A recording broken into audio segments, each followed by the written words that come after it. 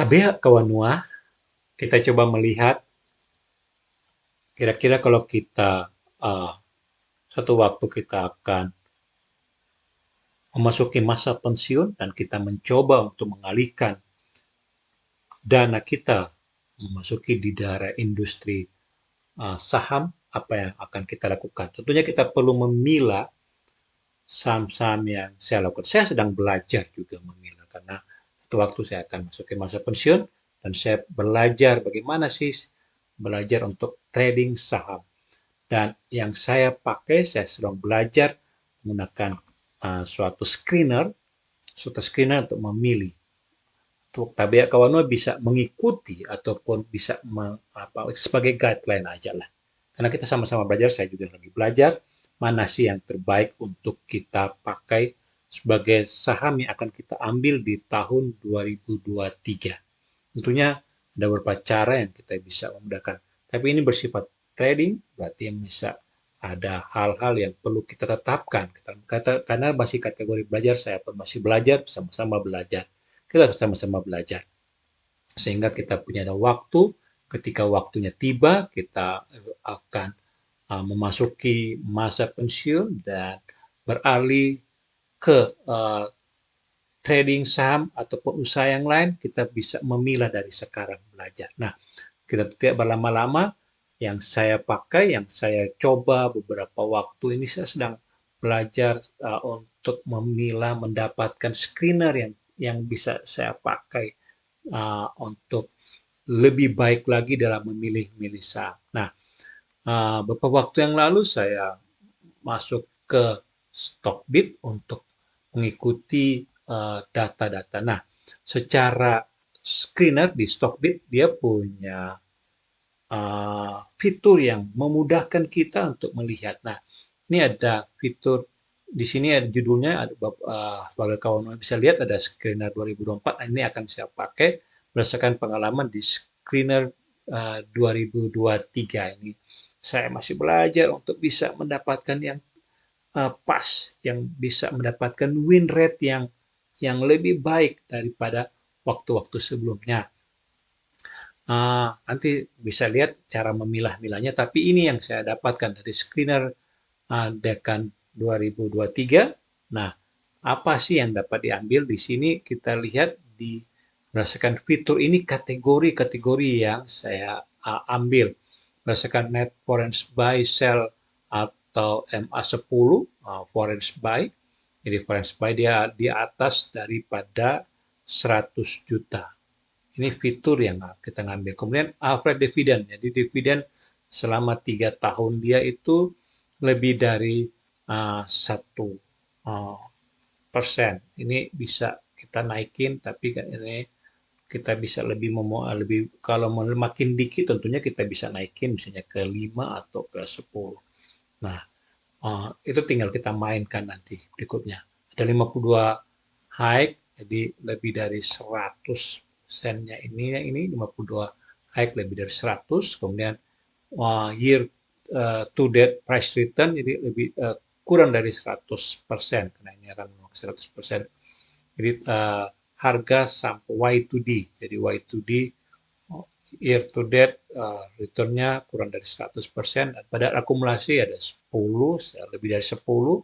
Ada frekuensi spike 0,5 dan price-nya itu di bawah 5.000, di bawah sama dengan 5.000.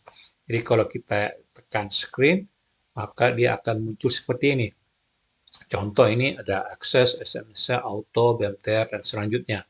Net foreign buy-nya dia ada 402,41. Kemudian average tadi dividen yield-nya kita ada pasang 1, jadi 1%. Di atas, jadi ini di atas 1%. Di atas 1 ini net foreign buy ini berarti di atas 100 juta. Jadi ini dia akan keluarin di atas 100 juta. Oke, nah kemudian 52 week, jadi 52 week dia di atas 100. Jadi harganya di atas 100. 52 week ini bisa kita setting lagi yang lainnya. Kemudian year to date price return dia ngambil kurang dari 100%. Jadi ini kurang dari 100%. Kenapa? Karena kalau udah kenaikan udah dari lebih dari 100%, berarti udah mungkin kita udah terlambat memulai untuk mengambilnya. Harusnya dari sebelum-sebelumnya. Nah, kemudian ada bandar akumulasi lebih dari 10. Ketika dia bandar akumulasi, ini lebih dari 10 di semua ini berarti menunjukkan dia ada suatu tanda mereka sedang mengambil, dan ada Francis spike. Jadi satu hal yang di satu kejadian yang dia ngambil secara tiba-tiba untuk spike. Jadi ini dia di atas mana? Di atas 0,5. Jadi ini ada 3,31, 11, 0,72 karena batasnya tadi 0,5 dan price-nya adalah di bawah 5.000. Nah, ini kita bisa main kita kalau mau. Tapi ini yang biasanya saya akan main ketika di dividend yield, misalnya kita ingin cobalah sedikit yang lebih besar, misalnya kita ambil 2. Nah, kita pilih 2, jadi yang satu ini akan hilang kalau kita lihat screen. Nah, sisanya ini di atas 2. Itu yang bisa kita pakai. Nah, ini yang kategori-kategori yang kita bisa pilih, yang kita bisa lihat mana yang terbaik yang menghasilkan ketika kita trading satu waktu kelak, ketika kita mempersiapkan untuk masa pensiun dan kita trading untuk mengelola dana kita ini. Nah, jadi Stockbit sudah menyiapkan data screener. Data screener yang kita bisa pilih sendiri. Ini sebenarnya untuk menambah kita tinggal add row, kita klik basic ratio, kita tinggal milih dari mana yang kita mau. Jadi ketika kita mau tambahkan ranking atau ini ada ranking, tambah size, tambah variation, terserah kita lihat mana yang kita pilih, technical atau price volume, price-nya, volumenya berapa, kita bisa menambah di kita yang minta. Ini misalnya dia volumenya 1000, lebih dari 1000, kemudian kita screen. Nah, dia akan muncul volume dari setiap produk saham yang kita pakai. Nah, dari data ini, dari 2023 ini yang kita pilih, tentunya seringkali itu dimainkan di spike atau yang lainnya. Seperti yang tadi kita udah mainkan sedikit di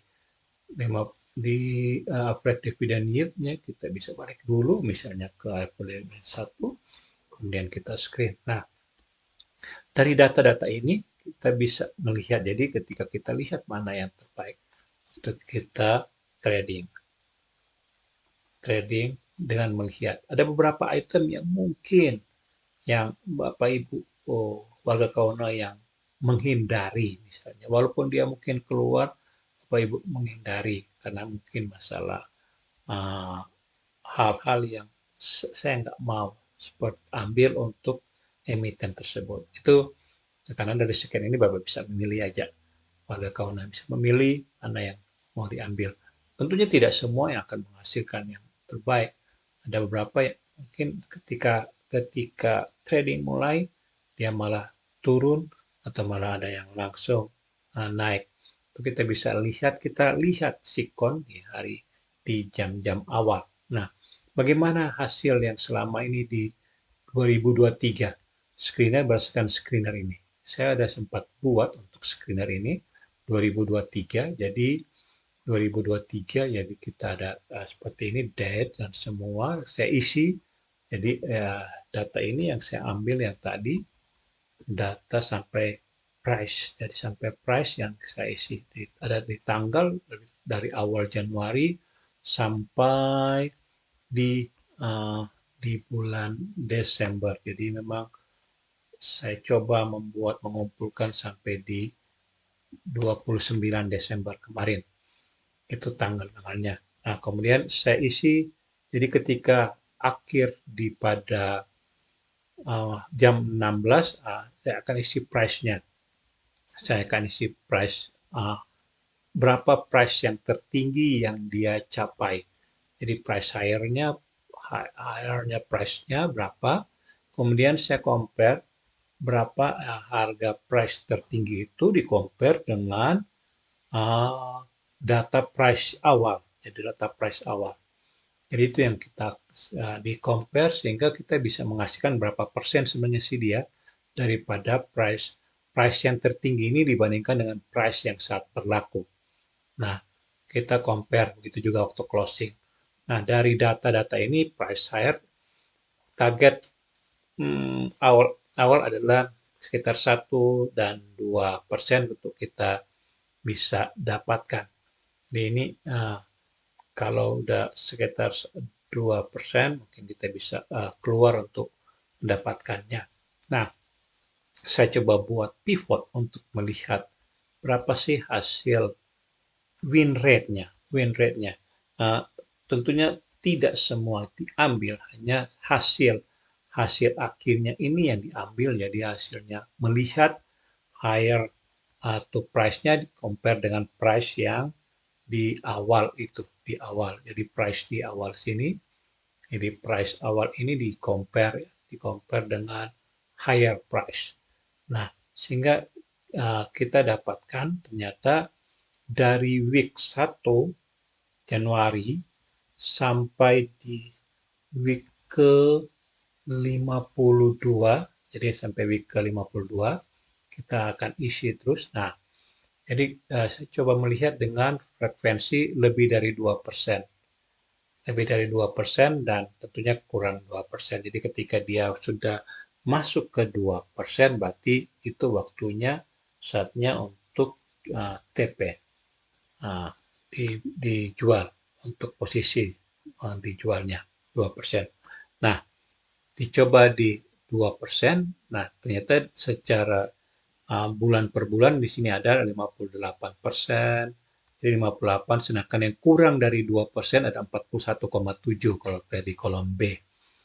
Totalnya jadi 58 dan 41. Total sahamnya ada 24 di awal-awal, di week pertama, di minggu kedua, di win rate-nya dia turun 34, bahkan ada sempat tidak mencapai yang 2%, dan sampai 50, 63, dan seterusnya ada 71, 57. Nah, seterusnya sampai di minggu ke 52. 52 ada 17 dengan saham dengan maksimal dia 6,7 dan ada lebih dari high-nya lebih dari 2% adalah 64,7%. Jadi itu dihitungnya. Jadi ini seperti ini. Kalau ini ada 4,5, 4,5, ada 3,8, ada 2,2, ada 0,4, ada yang 0 tetap 6,7, ada 3,9, ada 1,3, 3,6, dan seterusnya. Jadi dari item-item ini semua, dari 17 item, 17 saham yang di week ke-52, ternyata dari 17 saham itu 64% dia lebih dari 2% higher to price awal. Kalau ini ada maksimal dia ada 6,7, berarti di sini ada 6,7 yang dia nyundul maksimal terhadap. Nah, ini ada produknya deal yang kemarin dia higher to price-nya maksimal 6,7, 6,7%, itu cara bacanya. Dan sedangkan dari 17 saham ada 64,7% dia naik lebih dari 2%, sedangkan 35 dia kurang dari 2% higher to price sampai di penutupan. Secara average, jadi average-nya win rate-nya tahun 2023 dari metode yang Return Screener Dekan versi 2023, win rate-nya didapat di 61% untuk lebih dari 2% di kolom A1, sedangkan yang kurang dari 2% 38. Kalau win rate-nya, kalau saham target saham higher to price-nya 1%, misalnya 1%, karena ada yang awal-awal mungkin kita yang penting 1% udah untung, win is win gitu. Nah, kita lihat kalau ini kita ganti dengan 1%. Berarti win rate-nya adalah 87 dibandingkan dengan 12 ya 100 ini 87. 87 adalah dari setiap saham itu sudah mendapatkan di atas 1%. Berarti sebenarnya waktu dia nendang 1%, langsung TP, langsung jual, win rate-nya 87. Sedangkan yang di bawah 1% ada 12%. Tapi kalau kita mungkin 1% kan ada beberapa bilang 1% kan karena ini potong dengan biaya jual beli itu sudah 0,5 jadi cuma 0,5. Ini masa belajar jadi tentunya kita pakai. Tapi ketika kita sudah confidence kita bisa naikin di 2%. Kita sudah confidence. Jadi confidence-nya kita naik 2%. Ini win rate-nya tadi 87 menjadi 61 di 2%. Win rate-nya 61, sedangkan yang kurang dari 2% ada 38,9. Gantung confidence kita untuk data ini. Nah, versi di 2024 saya mencoba dari ini untuk mengganti sedikit dengan versi 2024. Jadi versi 2024 saya akan menggunakan dengan awalnya dengan tetap dividen yield-nya. Saya pakai dividen yield-nya 3 tahun. Jadi dia 3 secara data bahwa selama 3 tahun sebelumnya minimal 3 tahun dia sudah memberikan dividen. Karena ini kalau kita ternyata gagal, kita bisa sedikit bertahan karena dia akan membagikan dividen. Tentunya ada pro dan kontra tentunya ini. Kemudian net opponents buy, sell di EMA 100. Kemudian ada kita sekarang untuk ngambil net opponents buy streak. Nah, jadi ini ada hal yang baru yang saya coba lihat mungkin kita bisa pakai. Jadi ini menghilangkan daripada 52 week high. Jadi saya 52 week high saya pikir sudah ini hanya sebagai bacaan aja. Nah, ini saya take out. Saya take out diganti dengan net foreign buy streak. Kemudian kita dapat frekuensi spike di 2023 tetap masih ada frekuensi spike. Kita bisa ngambil, kemudian ada tetap bandar akumulasi dan ada year to date price return. Nah, ini kalau masih tanggal ini awal Januari dia belum dapat ya karena closingnya biasanya di setelah data penutupan baru bisa ini data year to date karena kan kalau awal bulan awal tanggal hari pertama hari kedua ini belum membentuk ya. Ini masih pakai yang dari tahun sebelumnya. Jadi data rate sebelumnya karena ini kalau ini saya rekam tanggal 1 bulan Januari saya rekamnya ini tentunya belum ada 1 Januari untuk dapat ini nanti di hari-hari berikutnya dia akan year to date dia akan membentuk data setelah ada hasilnya penutupannya. Nah ini price-nya 895 dan 195. Ini data yang akan kita lihat setelah akhir di jam 16 pada besok hari, pada setiap hari jam 16 baru saya akan isi price higher to price-nya di samping kolomnya karena saya membentuk untuk 2024. Jadi nanti akan saya isi higher to price-nya berapa, kemudian saya akan melihat berapa persen higher to price-nya terhadap price awal ini. Nah, itu yang akan kita lihat. 2% sebagai awal untuk kita lihat jika win rate-nya, apakah win rate-nya akan melebihi 2023 kalau 2%, 2% kita dapat 61,1, apakah 2024 dengan penambahan daripada net foreign buy streak untuk sebagai fitur tambahan, apakah bisa melebihi daripada 61,1. Cukup sekian dari ini untuk kita lihat di next berikutnya. Terima kasih.